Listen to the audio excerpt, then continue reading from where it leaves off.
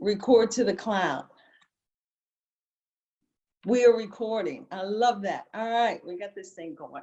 So I want to thank you and welcome all of you to the conversation tonight.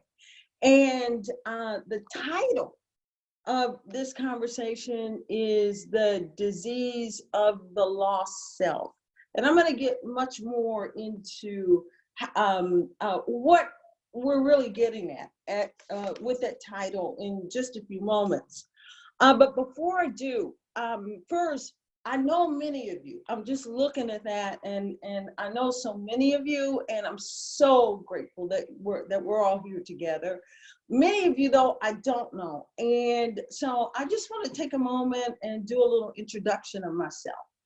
And I'm going to start this the way I start everything. And I don't care where I'm talking or what venue it is. It doesn't matter. I'm always going to say the same thing.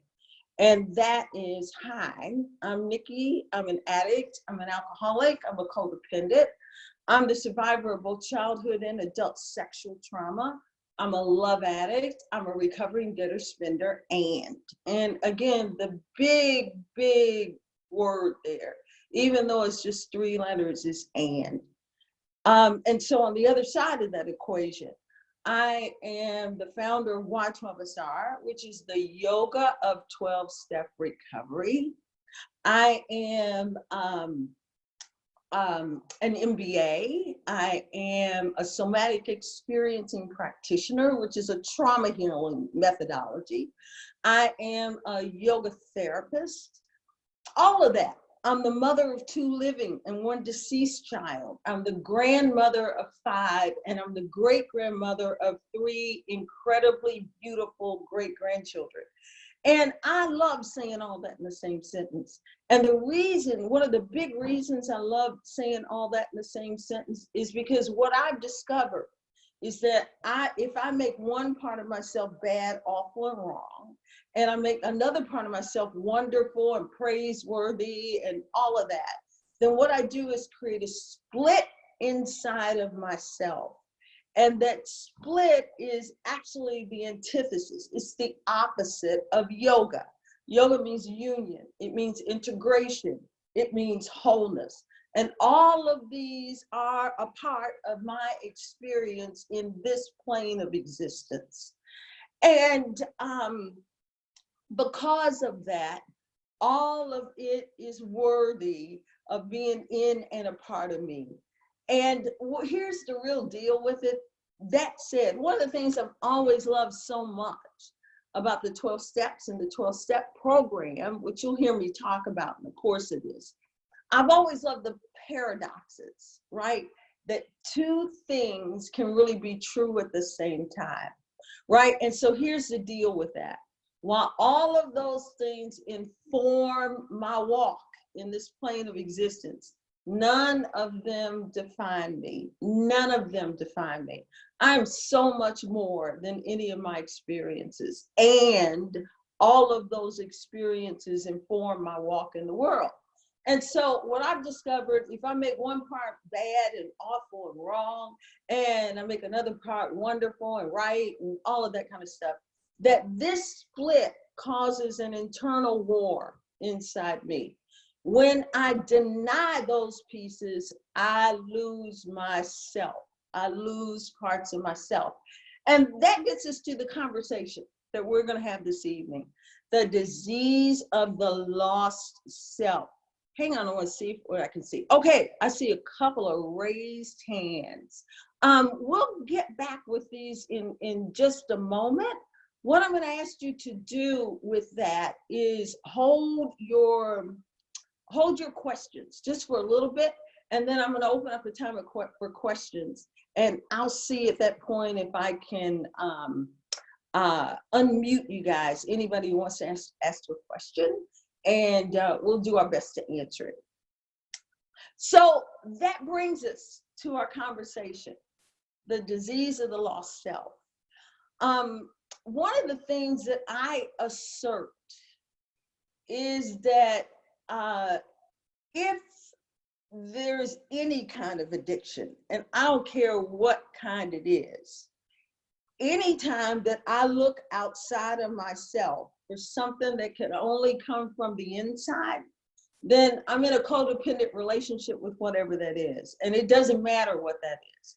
As I've often said, I have been in a codependent relationship with Nordstrom's, right? Because I look outside of myself and I think that dress or that pair of shoes or that handbag is what is going to complete me, right? If I just get that, right, I know that I am the stuff, right? And then you get that, and that works for about a little while. And then I don't know for about anyone else, but for me, I start doing the same kind of things I did with drugs and alcohol. I bought this thing, I'd wake up the next morning, it's like I got a hangover from buying the purse. I know I shouldn't have spent that much money on that. And it's like, I feel the same way inside as I did when I took that drink or that drug and I woke up and I knew I'd done something crazy and stupid and all of those kinds of things. I felt the exact same way inside. Oftentimes you'll hear it spoken of as the hole in the soul, the hole in the soul. It's the lost self. And that is the way, particularly in 112SR, that we define codependency. And at its heart, that's going to be the crux of our conversation. That's going to be the crux of our conversation. So before we go knee deep, I want to invite us to just tap in, just come together and just center ourselves within this experience. And so if it works for you, if you're in a place where it's possible, and can bring your awareness inside, can bring your focus inside. We live in a world that keeps us externally focused. It keeps us out there. And the invitation of yoga, the invitation of meditation, right, is to bring ourselves in, to recognize that we have an internal world. And really, it's that internal world that really influences the external world. So if it works for you, maybe closing the eyes. Wherever you are, just take a moment, just a sense of bringing your focus and awareness inside. And take a big deep breath in, and then exhale this one out through your mouth. And as you do, just let your jaw relax. Let your jaw relax. The jaw, this place in our throat, this is a place where we have a tendency to hold what's unsaid, the unsaid. And the invitation, by just letting it out, just begin to release what's being held there. Big, deep breath in. Exhale this one out through your mouth. Let your jaw relax. And again, if it works for you, just let your eyes close for a moment. If not, just bring everything in. And as you just take a moment here and listen to your breath, listen to the breath. And as you listen to the sound of my voice, take a moment and turn your attention into who is listening. Turn your attention into who is listening. Become aware of who is listening. There's a presence there. And that presence really is your true self. It's not your mind. Your mind is the piece that may be going, what the heck is she doing? I'm hungry. I have to go to the bathroom. That's your mind. That's the mind. The presence is your soul. Once upon a time, you had the body and the mind of a baby. but this presence was there. Once upon a time, you had the body and mind of a teenager. But this presence was there. Tomorrow, as you grow older, your body and mind are going to change. But this presence will still be there. All of the great spiritual traditions say that this is the part of us that is more precious than gold. One of those spiritual traditions says that if we lose this part of us, which is the only real part of us, that it does no good to gain the whole world. The spiritual tradition says, what good does it do for a person to gain the whole world if they lose their soul?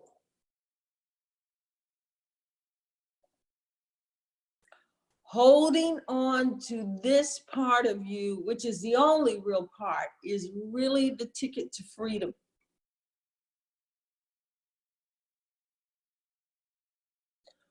Our soul is the field of infinite possibility and creativity. It's this that connects us to everything else in the universe.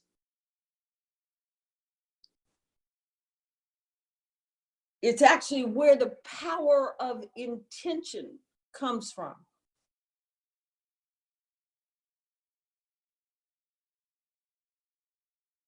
This is the part of you, the part of the being that we can never lose. Not even in death, because this is the part of us that transcends time and space.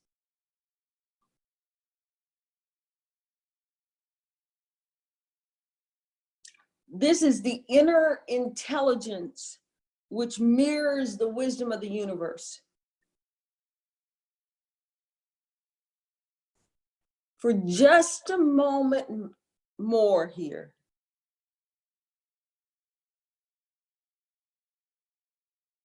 just become deeply aware of that presence.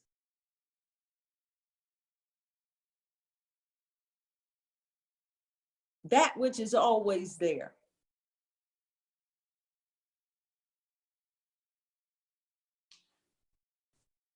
And then please take another big, deep breath in.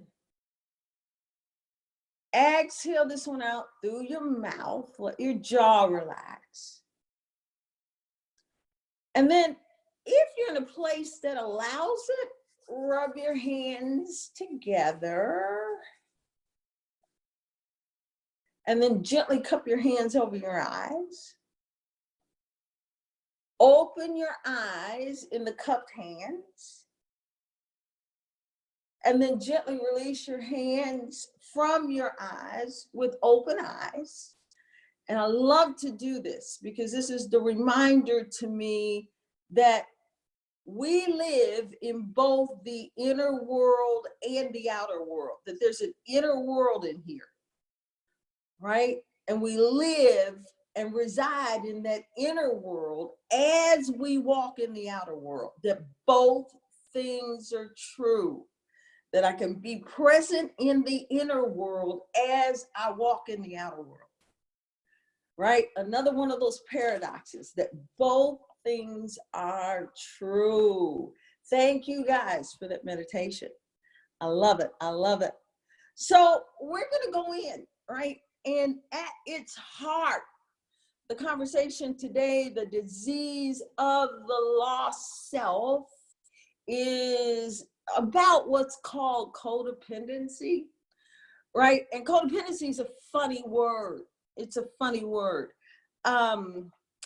You know, it's not one actually that I'm particularly fond of. As a matter of fact, excuse my language, you guys are going to hear some 4-letter words by the time this is all done, so we might as well get started with that, right? It's been all bastardized, right? Everything has gotten thrown into the basket. You don't even know what it is anymore because everything gets thrown into the basket. It's gotten really, really, really diluted. It started out years ago as co-alcoholic.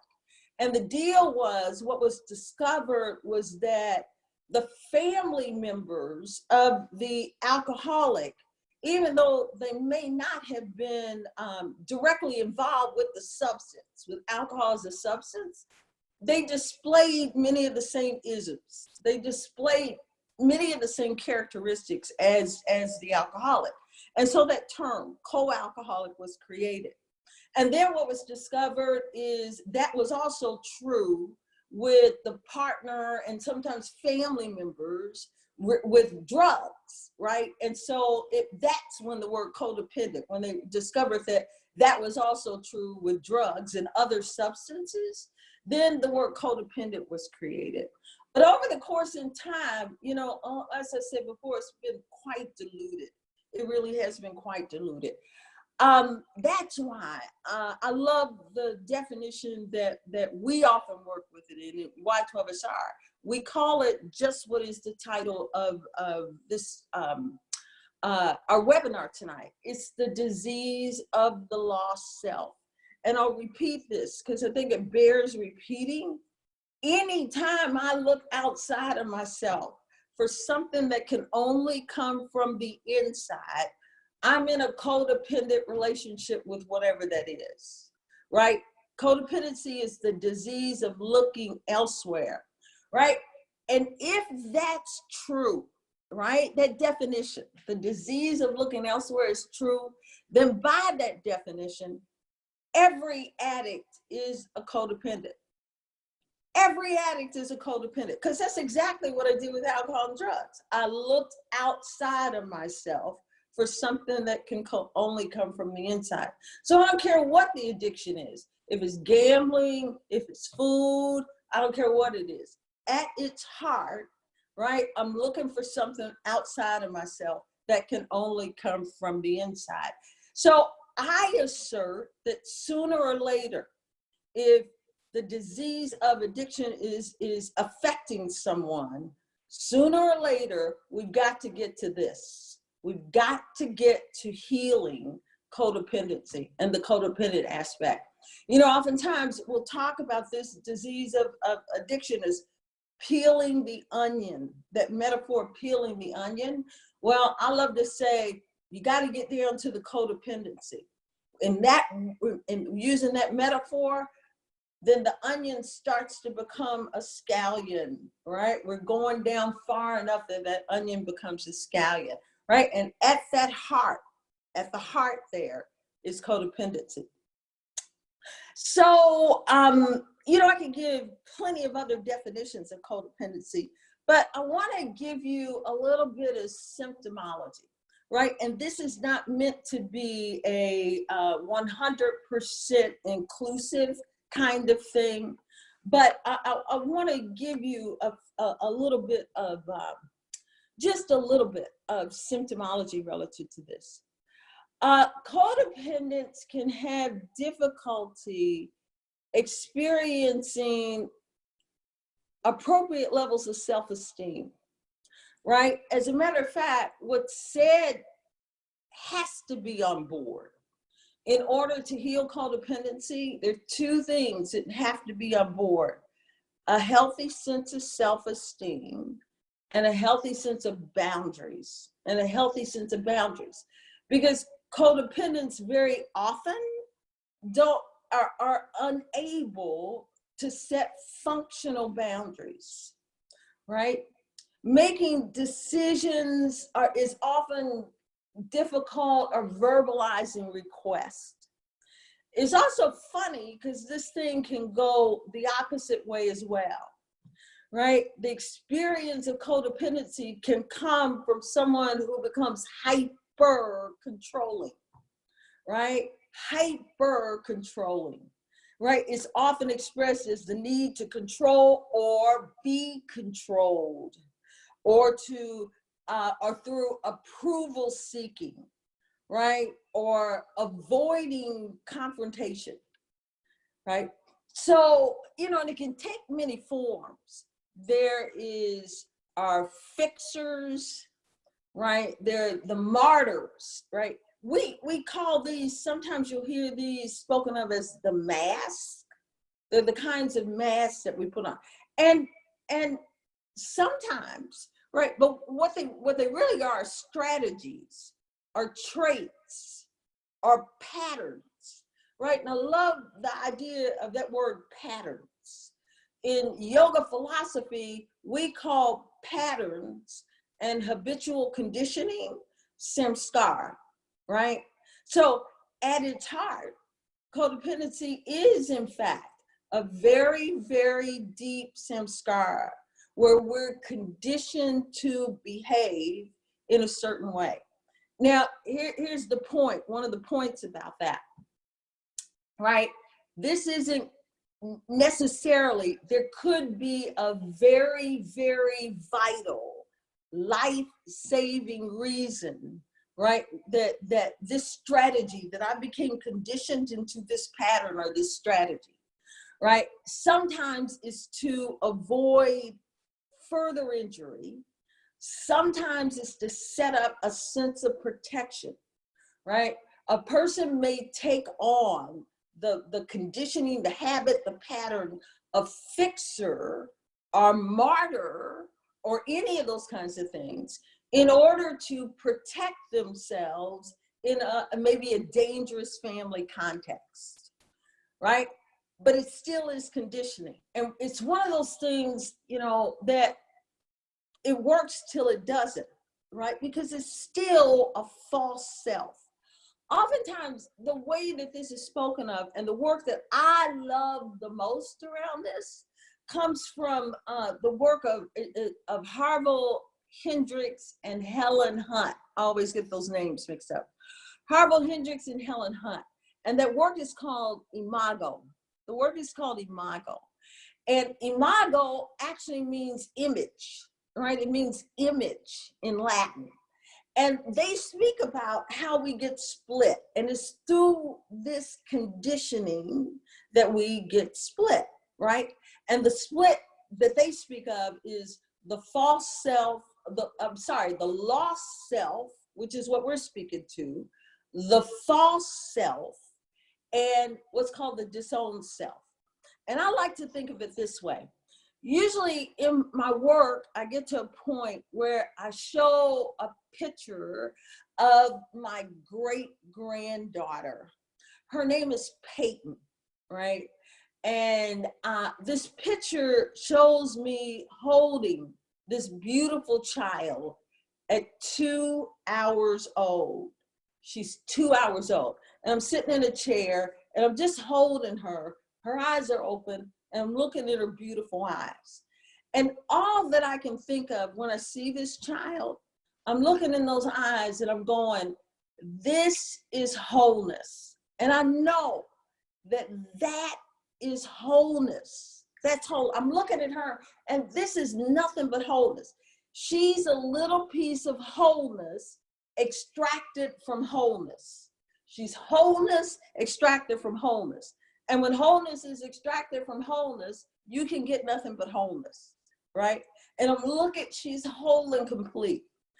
And then what happens? Oh my goodness, right? She can't tell herself at that point from anything else. She can't distinguish herself from anything else. But then what happens, right?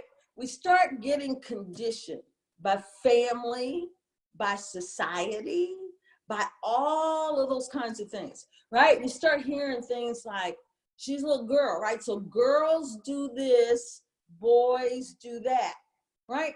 And if I'm whole and complete, and all of a sudden now I'm being told you can't do this or you can't do that, then there's a little piece of me that gets lost. There's a piece of that wholeness that gets lost. It doesn't go away, right? It's still there. It's just lost, right? And so, and you watch that happen. We get conditioned by not just families, but we get conditioned by culture. We get conditioned by, so many other aspects, and it comes in many different forms. The books we read, the things we hear, the music, all the things that come in via our five senses begin this level of conditioning. And so what happens is our wholeness gets covered with all this bullshit, right? Our wholeness gets covered with all this bullshit. And so oftentimes, in order to, protect myself from further injury in situations, or in order to, get away from further dysfunction, what I'll do is create a false self, right? Again, like I was saying a little bit earlier, I might become the martyr. I might become the perfectionist. Oh my God, we got any perfectionists out there? Oh my goodness. I might become the perfectionist because the perfectionist looks good from the outside. And it's almost a strategy that says, if I just do everything right, then maybe they won't notice me. Maybe they'll give their attention over there, right? And it just doesn't work. We're perfectly imperfect. Right? So perfectionism is a setup. It's just a setup, but it's a strategy, right? I do that strategy so that, they won't look at me, so I won't have to be over here, so I won't have to be over there. And then it doesn't work anymore, right? It doesn't fill the hole anymore. Or any of the rest of these strategies. Being a bully is a strategy. You can even think of, in some ways, becoming an addict or a rebel or any of those kinds of things. This is a strategy. It's a strategy. And then it doesn't work anymore. Right? And so I've got now all this stuff covering my true self, right? I've got all this stuff covering my true self. And it becomes so deep, I don't even know how to get back at true self anymore, right? This is the disease of the lost self. But here's the beautiful news about this, right? And I don't want to go on too long because I'm giving you the Reader's Digest version, and I want to spend time with you and answer any questions that you might have about any of this. But if you think about it, that's the problem. And I love when I'm doing presentations, I always like to do the way that they talk about it in the big book, right? We speak about the problem, the solution, and then a program of action. So we got the understanding, the basis of the problem, right? So now I want to talk a little bit about the solution. And then we're going to talk just a little bit about the program of action. And then from there, we're going to open it up for some questions. So hang on for a second. Let me check in with my time, see where I am with time. All right, 8:30. So we're going to go for about another 15 minutes. And then we're going to open up. We're going to open up for some questions. All right. So we got a basis. We get all this stuff. We got all this shit put on top of our wholeness, right? We are still whole and complete, right? And that's the good news. That presence is still there. The one we were speaking to, the presence that you came in here with when you came into this plane of existence, right? That is wholeness. And that wholeness is still there. The problem is we just put all this shit on top of it. Right? And then we forget who it is that we are, right? And yoga speaks about this, right? And so does the 12-step program and many other places. I speak about the 12-step program because it was just so vital in my work in sorting through this mess and healing. So I speak about it from that perspective. So what both yoga philosophy and the 12-step program say is that really at the heart of this is what yoga calls avidya, right? And avidya is false understanding, is misperception, it's the fact that we don't even know who we are anymore. We forget who it is that we are, right? And we've made all this shit up, right? What I assert is that what Patanjali was speaking to in the Yoga Sutras, that model there is called the kleshas. Really, and really there are 5 of them, but the root is this thing called avidya, right? Right? Avidya means knowledge. When you put the A in front of it without the line over it, it means not, right? It means not. So this is not knowledge. It's ignorance, but not ignorance like stupid. It's the ignorance like you don't know that you don't know, right? And probably the most dangerous thing of all is to think you know what you don't, right? I don't know what I don't know. And I love thinking about that. That's one of the things I say that to myself all the time, right? That I don't even know what I don't know, right? There's a humility about that. There's a that keeps me humble, that I don't even know what I don't know. So how do I judge another person, right? How do I judge somebody else when I don't even know what I don't know about their subjective experience, right? So that keeps me out of the judgment. And I love that. I love it. It's just and humility is definitely one of those things that we need to cultivate for sustainable recovery. For sustainable recovery, we need to cultivate humility.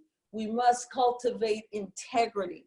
And I'll speak a little more to integrity and many other things, right? We need to cultivate awareness, right?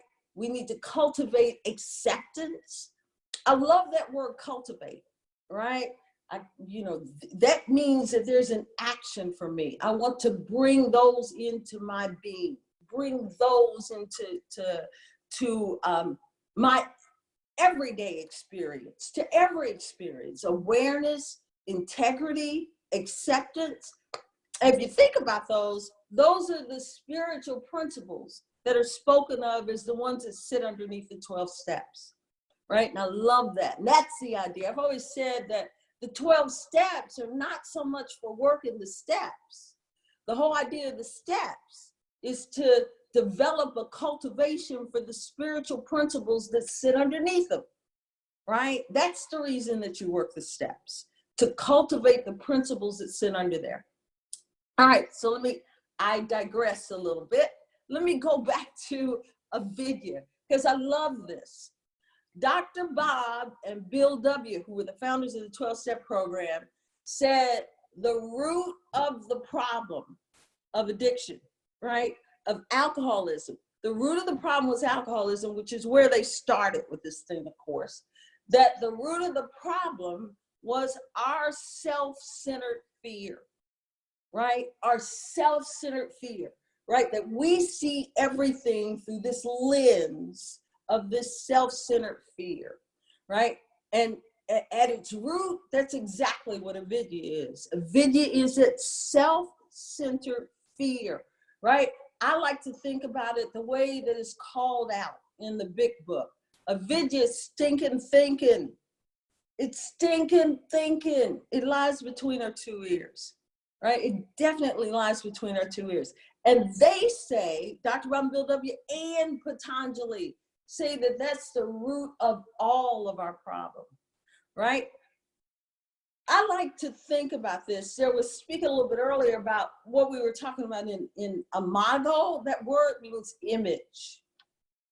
And the way that avidya will show up for me is so often I will be in a relationship with an image rather than being or a role or responsibility, rather than being present and in relationship with what's really there.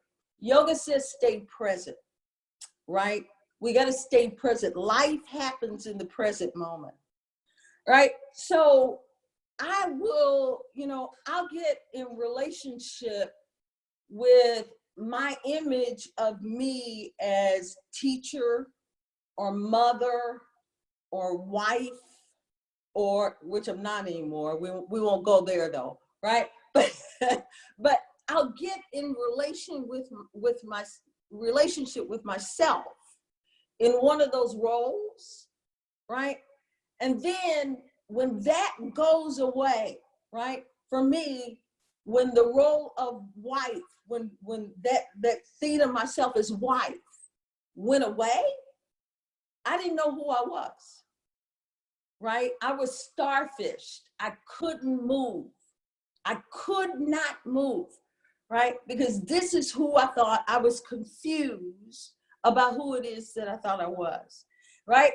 When perfectionist or that strategy has to go away because it's no longer serving, it's so painful, right? Because without it, I don't know who I am anymore. When I first got clean, right? And I was so identified with that image. I thought that, it was so covering my real self. I couldn't tap in. I thought I was going to die.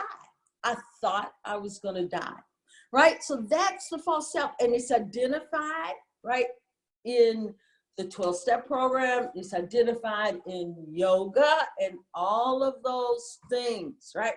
So the idea, how do we come back to wholeness? How do we come back to wholeness? Here's the good news, and it's beautiful news, right? It's a job of subtraction, right? It's subtraction, right? It's subtracting all these things we put on top of the wholeness. And I love that thought, right? That this is a job of subtracting. Advaita Vedanta, which is a course of spiritual study that I love, right?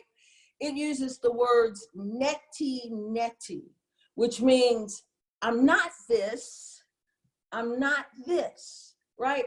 And so in this process, to find out who we really are, we have to do this job of subtraction and recognize who we're not, right? I'm not any of those things, right? There's something else there that's beyond that is my wholeness. And yoga says that we got 3 things that we can work with. We got 3 things that we can work with in this investigation. That we can work with our thoughts, our speech, and our actions, right? Those are the 3 things we got to work with, right? And integrity, right? The word integrity, which is a word I love. And again, I assert that part of this healing process is cultivating integrity. And the ancients defined integrity as when my thoughts and my speech and my actions align with my values, with what it is that I say is most important to me, then I'm in integrity with myself, right? When my thoughts, my speech, and my actions are misaligned with my values, then I'm out of integrity with myself, right? And I don't know about you, but what I've discovered is being out of my integrity with myself is my setup for relapse. I relapse when I'm out of integrity with myself. It causes such a painful state inside of me that I want something to cover it. I want something to cover it. And, I don't care. Sometimes it's a cookie, right? I don't bit more want that cookie. I just want to ease the pain of being out of integrity with myself. Sometimes it's, Nordstrom's, going to Nordstrom's. right? It could be any, sometimes I'll use another person. Right? So the idea is for me to continue for my sustainable recovery, to keep cultivating integrity, right? To keep cultivating integrity, to keep cultivating the other one in there, cultivating gratitude, right? So we want to do our work to cultivate these spiritual principles, right? As we cultivate these principles, then that puts us in a place where being in integrity with ourselves, we can support sustainable recovery. Gratitude's a big one, right? It's a big one. During the course of my day, you're like everybody else's, things go, what I've noticed is who I become when things don't go my way. Because, I think everything should go my way. It should all go my way all the time, right? Right? And just watch what happens, even at the level of your own physiology. When things don't go your way, the blood pressure might start getting a little higher, or the heart rate speeds up, or, all of those things start to happen. And then, in those moments, I'm likely to make a really bad decision. Right? So, I begin to notice that, right? What happens when things don't go the way that I want? And I'm learning part of the anecdote for that situation for me is in the cultivation of gratitude, right? When I can make my gratitude bigger than my sadness, when I can make my gratitude bigger than my opinion, that's a big one. When I make my gratitude bigger than any of those things, then something else opens up as possibility that I never even thought of before. And it's a beautiful thing. So cultivating gratitude is a part of this thing, right? All of these things we work to cultivate. And a lot of this, so we stay in integrity with ourselves. All right, so we got the solution. Now we need a program of action. How do we begin to do this? Well, I think that a lot of the things that we are most of us, if you're on this call, right, you've begun to look at, right? Yoga is an incredible tool. And if you want to break down some of the tools of yoga that are really, really supportive and helpful for us in creating this way forward, the first one is breath, right? Just stopping to pause, because anytime I am anxious, upset, triggered, any of those kinds of things, what that means is I have time travel. I'm no longer here, right? I'm no longer present. I can't be. There's no way I could be. This database only holds the past. It only holds the past. It cannot not do anything but hold the past. So if I'm triggered or upset or anxious, that means that I've tapped into a memory of something that has already happened. That's why we always say it, and we say it over and over again. If it's hysterical, it's historical. It ain't about what's happening in the present moment. It's about something else that I've tapped into from a long time, that's unhealed, right? From a long time ago, right? If it's hysterical, it's historical. So the first thing that I need to do is come back to present time. I'm in the past. I need to come back to present time.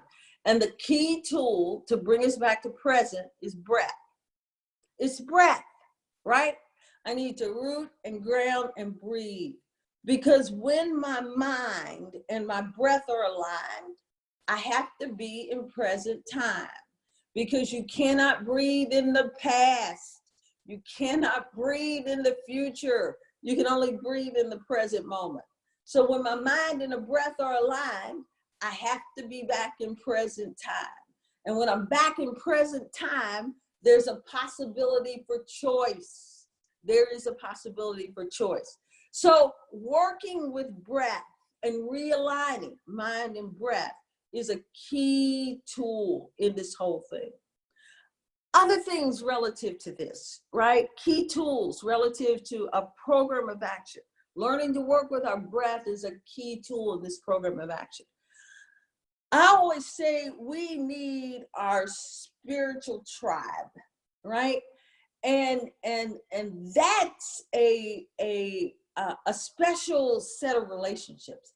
I have, for example, there's some people in my life that I give what I call spiritual consent. They get spiritual consent. There's a group of women in my life, right? As a matter of fact, we call ourselves the sister wives, right? And they get to call me out, right? These are people, not everyone gets that privilege, right? I got boundaries today and working with boundaries. Not everyone gets that privilege, right? But there are some people in my life that have that spiritual consent and they get to call me out. They see me going south, right? They get to say, yo, Nikki, right? Here's what's going on. Here's what's going on. And I trust them. I know they have my back. So what I always tell people is find your tribe. Find people that you give spiritual consent in your life. That's going to support you in this thing. These are the things that are going to support you, right? And there's so many other tools in this journey. Our relationship with whatever it is we call bigger energy, right? You know, call it the God of your understanding, call it universe, call it Mother Nature, whatever it is that you relate to as bigger energy, call that in. These are all the things that we need in order to support sustainable and recovery life. And there's so much more. So, but like I said, I don't want to take up too much time here. I want to hear from y'all. So I am going to see what I can do here relative to chat or questions. Or Stacy, I'm going to call on you, right? And I'm looking in the chat. If you have seen through the course of this any questions, if you would type it in, then I will be happy to answer. Or you guys, I think there is a Q&A here. I see it. Hey, let's see if we can do this. Oh, very funny, right? All right. So Michelle, I believe that's the way the name is pronounced. The question is, when is your book coming out? Thank you, Michelle. I'm working on a freaking book, right? I'm really working on it. I'm hoping and praying by this time next year, that book will be complete and done and coming out. For those of you who don't know, the name of the book is Namaste Motherfucker, right? And the idea of the book is that Namaste means the God, the good, the divine sweetness in me honors the God, the good in everything and everyone that I see, right, all the time. So it's like, it's my job as a yogi to find the Namaste, even if what life is presenting in front of me is a motherfucker, right? And I have been presented motherfuckers, right? So, and I'm not talking about people, right? I'm not talking about people. I'm talking about divorce was a motherfucker, right? Right? Death is a motherfucker, right? Dealing with that. How do I find the namaste in that, right? Part of my history is being in the street and commercial sex work and the whole 9 yards. How do you find namaste in that motherfucker, right? But that's my job as a yogi to find. So this book is about how you find the namaste, even if what life is put in front of you is a motherfucker, right? And so it's my experience with finding that namaste. So I can't wait to get it complete. I just ran into, writing a book's a deeply intimate thing. And I ran into another level of work that I needed to do. That I did. So, it's coming. I promise you it's coming. All right. So next one says, love this. How do I find what's most important to me so I can align it with integrity? That's a great, great question, right? And this is what we do in meditation, right? This is what we do. And for a while, right, I had to look at this from what's most important to me is being in connection, for example, being in connection with other people, and more importantly, being in connection with myself. What's most important to me is safety. What's most important to me, right? Service, right? Those are the things that are most important to me, right? And we all have a sense of those values. And the invitation is to go deeply inside and look at those values. There is, a course of Western psychology study that's called, for example, Motivational Interviewing. And if you go look on and Google that and find a website, sometimes they have, and I have this someplace, but I don't know where it is and I won't be able to forward it to you. But there's a list of values. There's a list of what are defined as values. Take a look at those, right? And see what in those calls most deeply to you, right? Go in and see what's in there and see what calls most deeply to you. And then look at thoughts, speech, and actions, and do they align with those things that are most important to you? I'll give you a little example of this, right?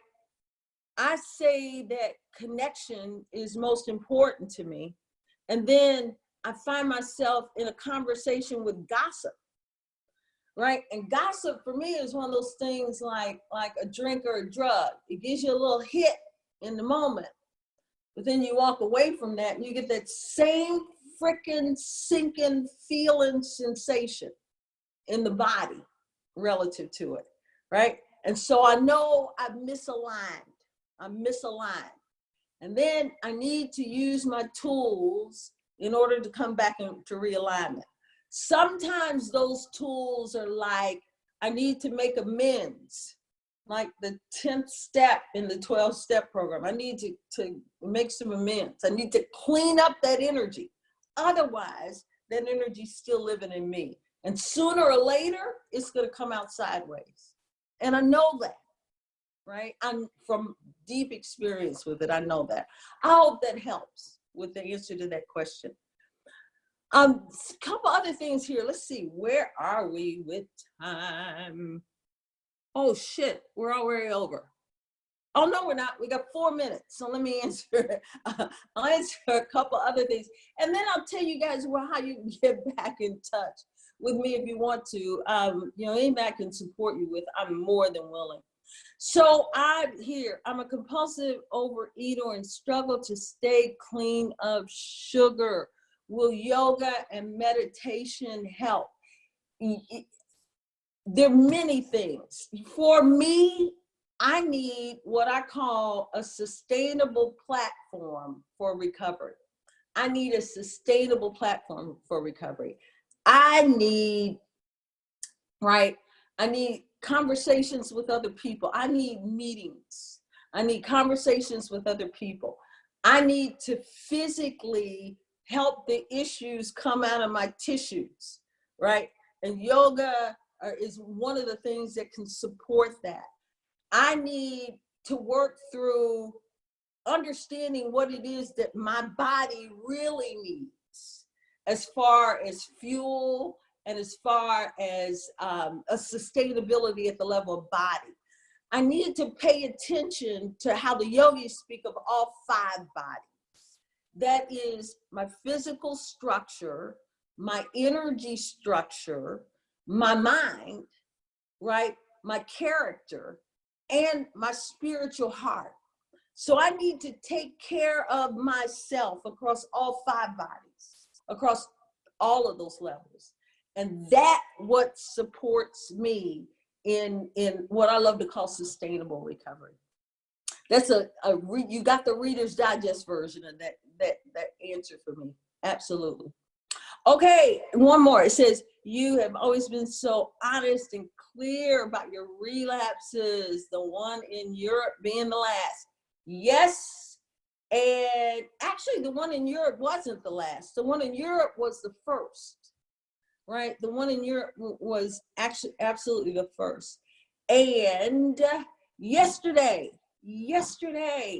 July 15th, I celebrated 19 years, one day at a time, since my last relapse. Woohoo. I just saw it on there. I'm so grateful. I'm so grateful. And here's what I want to tell you about that. Here's what I want to say about that. 19 years isn't a long time to stay clean. 24 hours is a long time to stay clean and stay in recovery, right? 19 years isn't a long time. 24 hours is a long time, right? We do this one day, 1 minute at a time, right? And so I'm so deeply grateful. I'm so deeply grateful. So when you are close to the edge, what is your practice, right?